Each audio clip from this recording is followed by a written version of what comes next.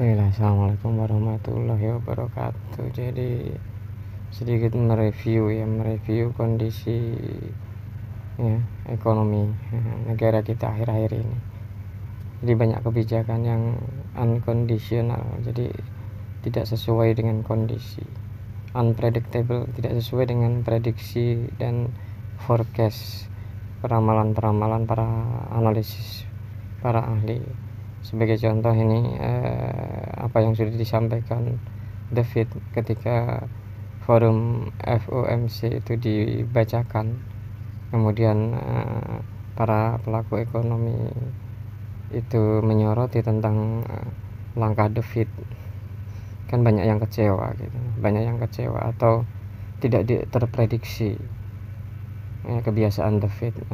Nah yang jadi pertanyaan, apa korelasinya dengan kondisi ekonomi negeri ini di era pemerintahan Jokowi? Karena kita tahu bahwa proyek-proyek strategis itu merupakan proyek yang sekiranya secara fundamental real ekonomi itu bisa memperkuat sistem ekonomi kita. Semalam saya menyimak beberapa analisis karena kebetulan saya sendiri dari tahun 96 juga giat sebagai pegiat investasi, pasar modal, keuangan. Hingga detik ini sedikit apa yang saya sampaikan kemarin dengan teman-teman saya juga, saya berani apa yang saya sampaikan ini, David tidak akan memangkas suku bunga, bahkan mungkin dia akan menaikkan lagi suku bunganya. Sedangkan posisi rupiah kita saat ini di posisi 16.300. Nah, kemarin pada waktu bicara saya posisi rupiah di 16.300, dan di posisi hari kemarin, hari Jumat, rupiah sudah melemah, berarti kan di posisi 16.400. Nah, saya kemarin menyampaikan kepada rekan-rekan saya di forum, dicatat omongan saya, mudah-mudahan salah gitu. David tetap akan melirik untuk menaikkan suku bunga acuannya. Nah, lalu kenapa kemarin ketika forum FOMC David menahan suku bunga? Karena para pelaku keuangan itu memprediksi harusnya memangkas suku bunga untuk memulihkan ekonomi, mengingat inflasi yang terjadi di Amerika dan inflasi yang terjadi secara global.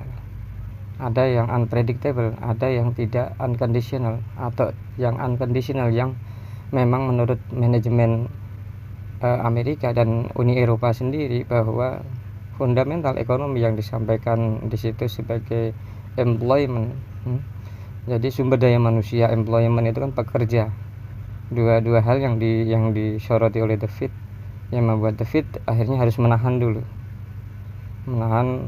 kenaikan suku bunga. Mungkin baik energi dia mau menurunkan suku bunga atau menahan suku bunga. Nah ini analisa dari David dulu ketika nanti berhubungan dengan ekonomi dalam negeri. Kenapa David itu menyoroti dua hal tentang employment?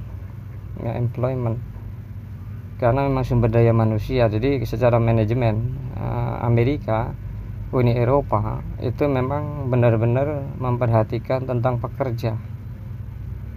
Untuk itu sistem manajemen sumber daya manusia di Amerika boleh dikatakan lebih ramah dan bijak, bahkan memberikan penilaian yang tinggi, karena sumber daya manusia walaupun ada teknologi sekarang di industri besar, tapi penghargaan reward terhadap pekerja itu lebih tinggi. Makanya selalu saya sampaikan kepada pemerintah jangan menerapkan upah rendah, karena biar bagaimanapun selama Amerika memegang peranan kontrol moneter International Monetary Fund, itu dia akan memiliki peranan penting mengacu sebagai acuan.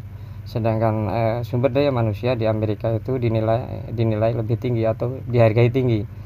Beda dengan sistem investasi sumber daya manusia di negeri kita. Justru kebanyakan yang terjadi itu kan kemarin konglomerat, para grup konglomerat 9 naga terutama yang memegang peranan swasta yang turut menyupport pemerintah itu, sedangkan pemerintah sendiri masih menerapkan sistem upah rendah, upah minim. Nah itu tidak dihargai oleh Amerika. Makanya Apple sendiri, kemudian Elon Musk sendiri, Google sendiri tidak mau berinvestasi di kita karena secara manajemen sumber daya manusia mereka, Indonesia tidak menghargai sumber daya manusianya. Sedangkan biar menggunakan sistem robot, keseimbangan ekonomi itu tetap semuanya terletak di manusia, karena sebagai sumber konsumsinya adalah manusia yang menggunakan produk-produk hasil mungkin kinerja manufaktur by high tech. Ya mungkin yang menggunakan yang mengkonsumsi semua industri besar itu robot. Nah, memangnya dunia ini dunia robot itu, walaupun yang mengerjakan ya secara sistem kinerja di perusahaan-perusahaan besar itu nantinya diganti dengan robot atau AI lah, artificial intelligence. Nah ini yang selalu saya sampaikan, sering sekali saya lontarkan bahwa pemerintah salah mengambil kebijakan. Sebagai contoh, kemarin kawasan ekonomi yang mangkrak yang seharusnya sudah selesai dikerjakan oleh Jokowi itu kan banyak yang mangkrak. Kemudian kemarin kawasan ekonomi khusus wilayah tengah Pulau Jawa itu terutama Jawa Barat, banyak para pengusaha konglomerat itu pindah ke Kendal, wilayah Jawa Tengah lah. Nah mereka dengan beralasan dengan upahnya terlalu tinggi. Nah ini yang membuat pemerintah harus berpikir bahwa semua proyek-proyek infrastruktur, semua proyek strategis nasional itu pada dasarnya adalah bertujuan untuk meningkatkan kesejahteraan masyarakat atau kesejahteraan rakyat. Jika tetap menerapkan upah rendah, yang terjadi banyak proyek yang mangkrak, kemudian ekonomi tidak bergerak, karena yang menjadi penopang ekonomi, rantai ekonomi adalah daya beli masyarakat. Daya beli masyarakat itu diperoleh dari upah minimum yang memang sesuai. Makanya ekonomi kita tidak bergerak, gitu loh. Lalu ini yang menjadikan kesimpulan beberapa investasi di proyek-proyek strategis kita mangkrak, kemudian trusted kepada pemerintah, kepercayaan kepada pemerintah Jokowi menurun sehingga proyek IKN itu gagal. Ya karena investor di sini menilai kebijakan upah minimum akan menimbulkan reaktansi publik. Ya kan, reaktansi publik ketika pendapatan mereka berkurang, mereka dipacu dengan kinerja yang harus sesuai target, ya mengakibatkan terbengkalai atau pekerjaan itu tidak selesai karena dia dipacu sementara upahnya minim. Ini sebagai contoh saja. Jadi kemarin kita rapat, kenapa ekonomi kita tidak bergerak? Karena pemerintah salah mengambil kebijakan. Yang terjadi ketika pemerintah atau pemimpin negeri ini salah mengambil kebijakan, tentu yang akan berimbas atau berdampak lebih besar, lebih signifikan adalah masyarakat golongan menengah ke bawah. Itu kemarin saya dengan teman-teman, rekan-rekan juga sudah saya sampaikan. Nah, makanya saya pribadi tidak ingin banyak bicara sebenarnya, tapi dalam kondisi seperti ini jika kita tidak peringatkan lagi, nilai rupiah kita sudah tembus 16, sedangkan kita mengatakan 2 tahun yang lalu, ya di periode pertama bahkan saya sampaikan jangan sampai rupiah tembus di level 15, karena kalau sampai tembus di level 15 itu berarti kegagalan pemerintah Joko Widodo dalam mengelola negara ini. Nah, yang terjadi apa yang saya sampaikan, banyak perusahaan, banyak proyek-proyek strategis yang mangkrak.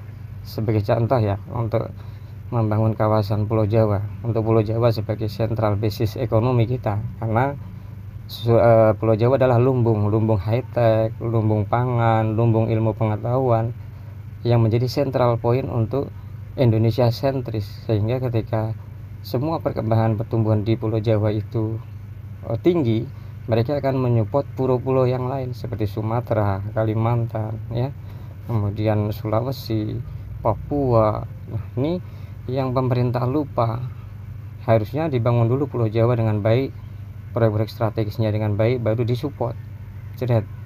Ketika ekonomi Pulau Jawa tinggi, maka sebagai contoh seperti di Papua, barang-barang di Papua itu tinggi karena transportasi distribusinya, ya kan, tingginya nilai transportasi, harga transportasi pengiriman logistik ke Papua, Kalimantan, Sulawesi. Namun karena ekonomi di Pulau Jawa tinggi, akhirnya dari dividen atau dari laba yang diperoleh dari kinerja yang tinggi itu bisa untuk subsidi. Nah, ini yang disebut dengan stimulus, subsidi silang, untuk membantu biaya distribusi logistik ke seluruh pulau di Indonesia. Jadi para netizen yang belum paham tentang hal ini saya sampaikan. Nah, kemudian yang kedua, ketika proyek-proyek strategis nasional itu tidak digarap dengan baik karena upah minimum yang terlalu rendah, yang terjadi keuangan negara akhirnya juga jomplang. Proyek-proyek yang seharusnya sesuai target tidak sesuai target, akhirnya mangkrak.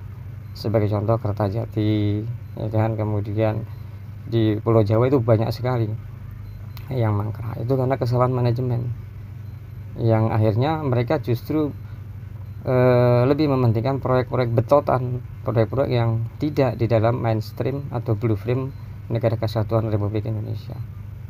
Karena kita memang dibentuk 100 tahun. Nah, kemarin kita baru rapat bahwa perjanjian antara Rothschild dengan Perserikatan Bangsa-Bangsa itu sudah berakhir di tahun 2024. Makanya ekonomi kacau ini karena perjanjian Rothschild.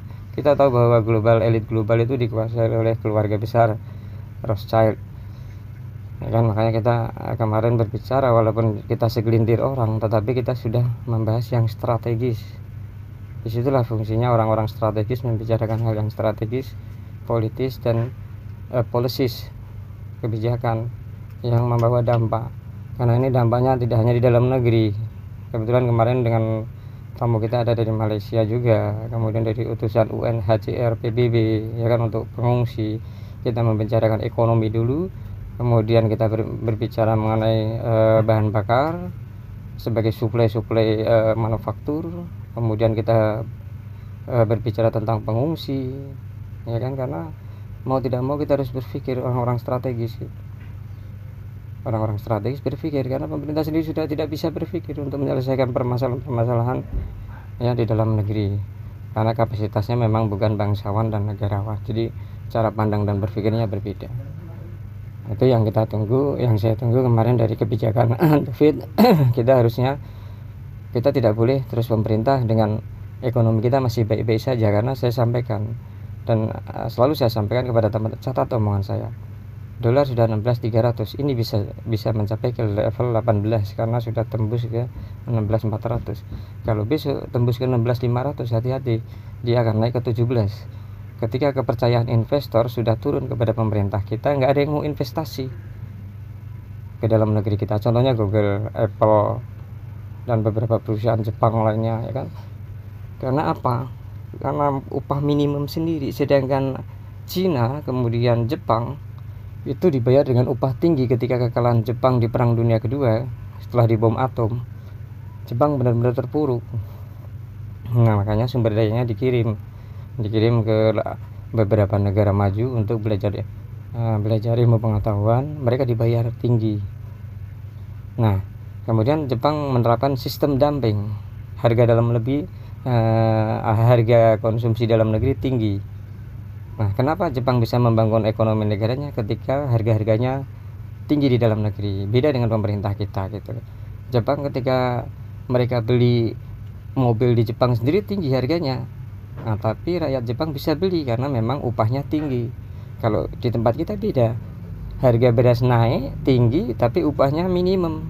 Jadi bukannya mendekati ketemu titik balance-nya, tetapi malah semakin jauh. Ketika upahnya minimum kemudian harga beras tinggi, kebutuhan pokok lain tinggi, pemerintah harusnya menerapkan sistem upah tinggi supaya menyusul, terjadi balance. Nah, tapi di tempat kita, negara kita tidak, justru beras tinggi, upahnya minimum, semakin rendah ditekan. Nah, itu yang terjadi, sehingga keseimbangan ekonomi itu tidak terwujud. Makanya di akhir masa periode Jokowi ini benar-benar limbung, karena IMF sendiri sudah nggak mau, Bank Dunia sendiri sudah nggak mau mensupport suplai dana untuk APBN kita.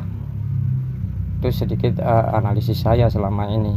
Jadi silakan para netizen komentari, para netizen itu sampaikan apa yang ingin disampaikan, bahwa analisis saya tidak 1 tahun 2 tahun, jadi sudah melalui proses dari mulai Orde Baru, kemudian beberapa presiden di reformasi itu sudah saya ikut menganalisis gitu.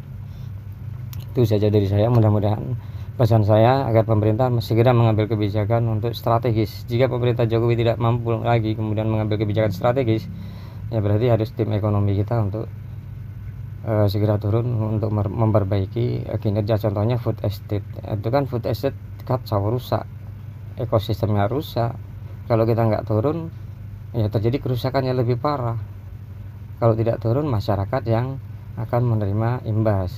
Makanya kita rapat, tugas kita bukannya kita mau meneruskan, tapi memperbaiki proyek-proyek yang rusak yang selama 10 tahun terakhir di masa periode pemerintahan Jokowi itu gagal. Jadi kita turun ke proyek strategis itu bukan untuk melanjutkan dalam arti mendukung support mereka, tetapi memperbaiki kondisi yang sudah rusak di era pemerintahan Jokowi untuk membangun proyek-proyek strategis nasional. Nah, itu dari saya. Mudah-mudahan apa yang saya sampaikan ini bisa membantu semuanya, terutama para pakar dan ahli dalam memberikan kebijakan untuk langkah yang ke depan sebelum ya presiden di periode yang